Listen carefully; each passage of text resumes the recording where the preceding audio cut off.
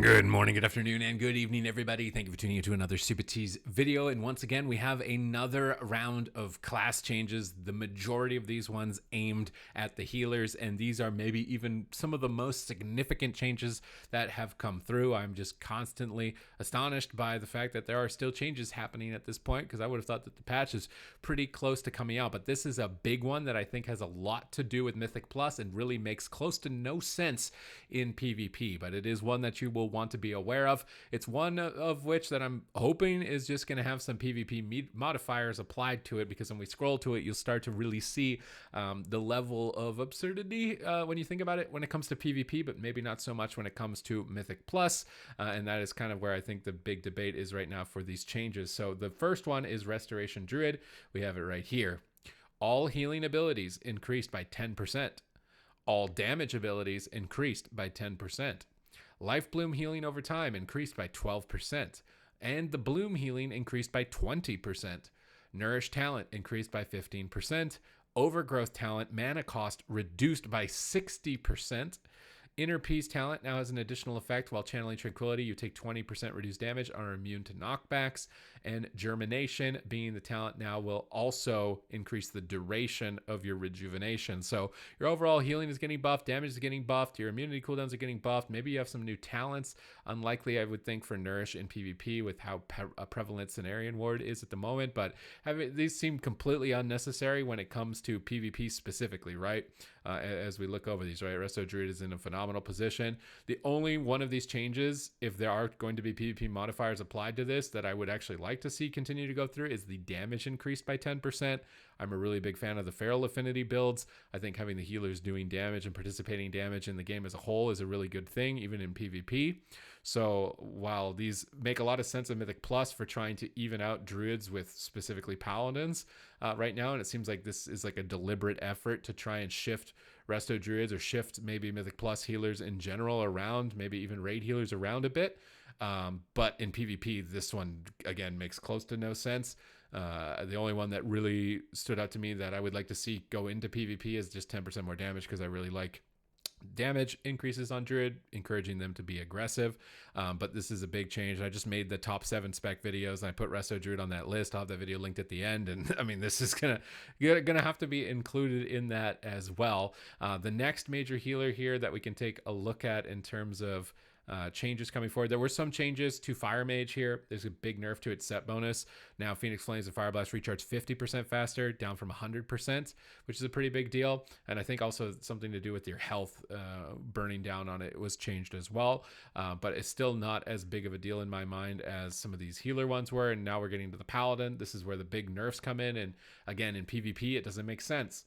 In PvE, it does make a lot of sense. So they're nerfing Ashen Hollow by quite a lot once again, and that's again targeted at PvE specifically. And they are nerfing the damage of Hammer of Wrath, Judgment, and Holy Shock by 12%. To me, this doesn't make sense to come through. Paladins already have a pretty significant weakness in PvP with running out of mana. Their really only good strength is the fact that they can bring that extra damage in every once in a while. So taking that away from them seems completely unnecessary. I would really like to see a PvP specific modifier applied to this one for their damage not being nerfed as heavily. But in PvE, I can see and understand why this change is coming through the way that it has. So hopefully this is just a matter of like, all right, these changes push through by the end of the day. We'll get to the PvP modifiers tomorrow kind of deal. Because for Holy Paladin, I really don't think that they needed to get pushed down any more than they currently are at the moment. So I would really like to see that reversed around. The next round of changes in terms of classes was really aimed at Holy Priest, and we can see that right here. All healing abilities increased by 10%. All damage abilities increased by 15%. Symbols of Hope cooldown reduced to 3 minutes, down from 5. And its channel has been reduced from 5 down to 4. Holy Word Chastise is going to get a little bit of damage buff. Not really a big deal, again, when it comes to PvP. Prayer of Circle talent now also reduces the mana cost of Prayer of Healing. I think that's, again, a PvE-oriented change, because I really don't think you even use Prayer of Healing in PvP. Guardian of Angel talent now has an additional effect. When Guardian Spirit saves the target from death, it does not expire. This is both a really significant change as well as kind of an awkward one, because you might think the Guardian Spirit is still up on the target in PvP trying to save it, but it actually procced, but you'll still get its healing benefit. So it's actually a pretty big buff as long as you can keep track of the fact that your Guardian ran out on the target. And then Afterlife talent now has an additional effect. As a Spirit of Redemption, so after you've killed a Holy Priest, they turn into that angel and they can cast, not be CC'd or interrupted or interacted with. You may cast Resurrection, which ends the Spirit of Redemption. So there's an honor talent that lets you have access to the Spirit of Redemption. You can turn it on whenever you want, be immune to interacting with the game. And now if you run this talent, could cast Res in the middle of a game. I'm not 100% on the talent row that this one is on. I think it's on the Guardian Angel talent, so I don't think that you would be able to run it. But maybe it has a cheeky place somewhere in the game. Seeing somebody get a res in the middle of combat, it's going to be really cheesy. I feel like Holy Priest is already pretty cheesy. And they are now going to be removing Binding Heal, but as a result, they're just going to be basically rolling it into a baseline thing where Binding Heal, 20% of your heal or flash heal, healing on other targets also heals you, rather than just having the spell exist on its own as a standalone. And that was kind of the main changes that we saw through with this recent patch. And I'm just scrolling through to make sure that we didn't get any. If you want to stay up to date with all of these changes, I will have a link to this in the description down below. And I have other videos where we've talked about these changes, talked about the Warlock, talked about the Resto Shaman. I just specifically wanted to look at what was new in this most recent update that literally came out today and talk about it. We talked about the Elemental Shaman. I'll have that top 7 video linked, as well as the playlist at the end of the video. I think Arcane got a slight nerf. Your 2-step bonus is only going to increase Touch of the Magi by 10%, down from 18%. So a slight nerf to mages in general here. So not really happy to see as a mage, but again, it's not as big of a deal in this recent round as these healing ones were, particularly. And looking at it, I don't think anything else here is new as of right now.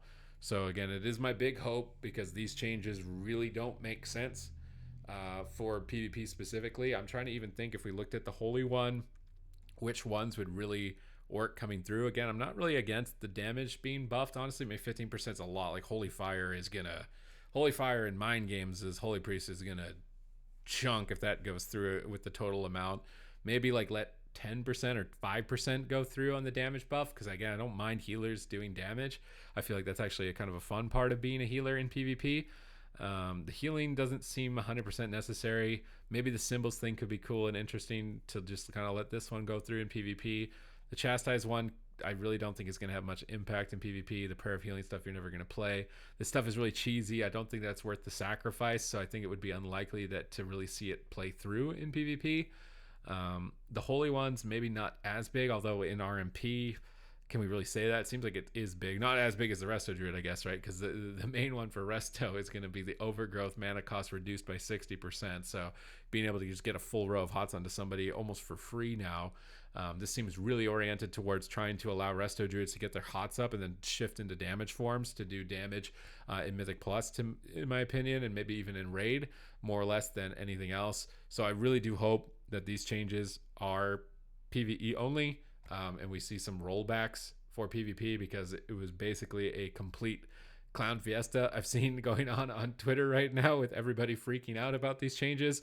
And I wanted to make this video to talk about them, see if any of them made sense to also have in PvP, and then maybe kind of hopefully there's hopefully some PvP modifiers that are either just not on this, didn't have time to get on this list today, that are going to show up tomorrow, and then everyone's like, oh, okay, we can take a breather, we can take it easy now, because some of this stuff would have absolutely been bonkers to go live.